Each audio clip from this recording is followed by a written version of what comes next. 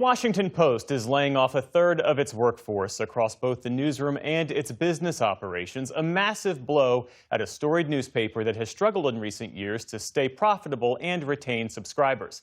The cuts reportedly affect more than 300 of the approximately 800 journalists in the newsroom and include eliminating its sports desk and books section entirely. The Post's executive editor said the changes, though painful, were meant to, quote, reinvent the paper for a new era.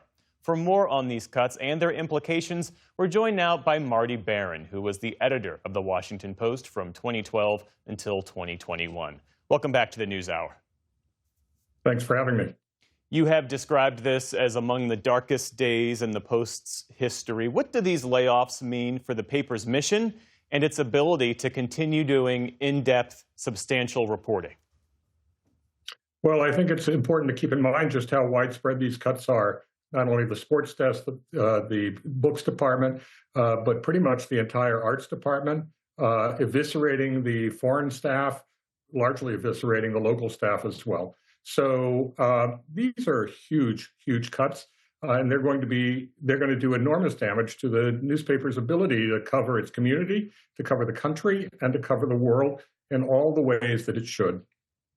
The executive editor, Matt Murray, said today that the paper's structure was built for a different era and that refocusing on what he calls these core coverage areas like politics and national security will help the Post better navigate technological change, shifting audience habits, cost pressures.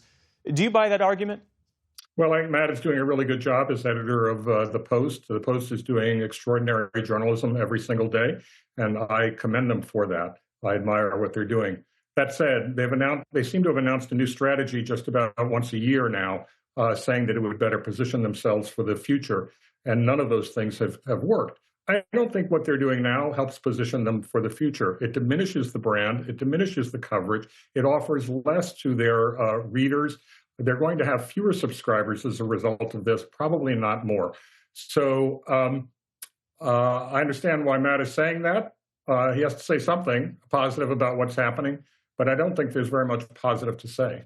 You served as editor under Jeff Bezos back in 2013 when he purchased the paper and pledged long-term investment and support for the newsroom. What do you make of what appears to be a shift in both his relationship to the paper and his willingness to invest in its future? Well, he was great at the beginning, and for a long time, as a matter of fact. He set out a vision for the Post to be national and international as opposed to regional, which it was largely before. He invested heavily in the Post. We innovated tremendously over the years. We grew tremendously as well, practically doubling the staff. And we were profitable for about 6 straight years. And so that was a lot of progress. He was proud of it. He spoke proudly of it. So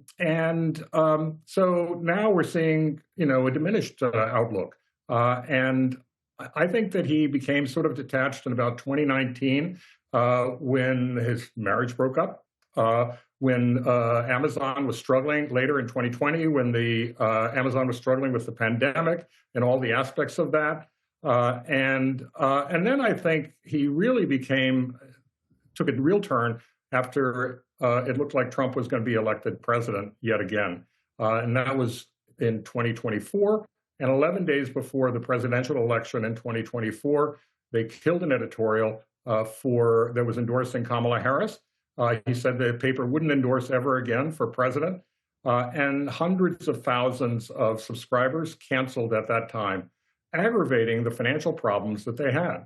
Subsequent to that, he did all sorts of things that made things even worse. Appearing at the inauguration on the stage with Donald Trump, buying the Melania so-called documentary for an exorbitant price, Amazon buying the rights to The Apprentice, and Amazon had bought the rights to the Melania's documentary as well, and then completely changing the opinion pages so that essentially they have no columnists who are really left of center. And they're very deferential to Trump.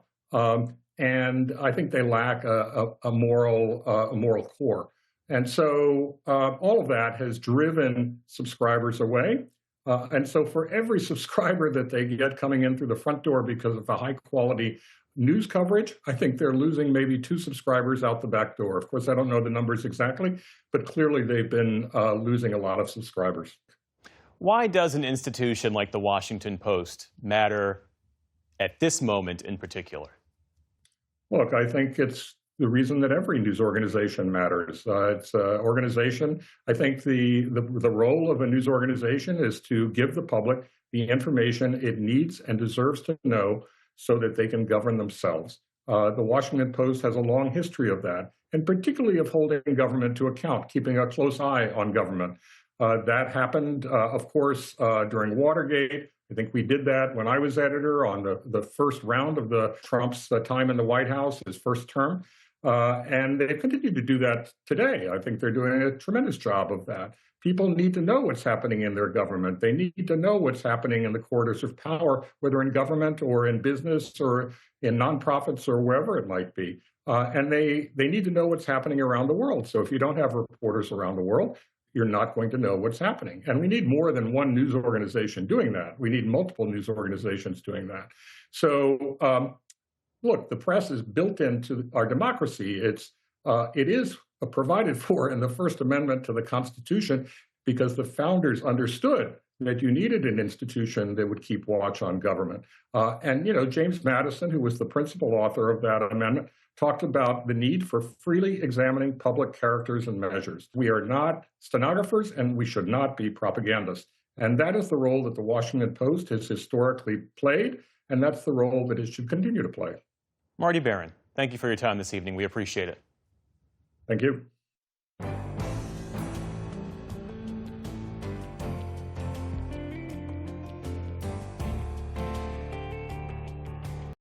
Support journalism you trust. Support PBS News. Donate now, or even better, start a monthly contribution today.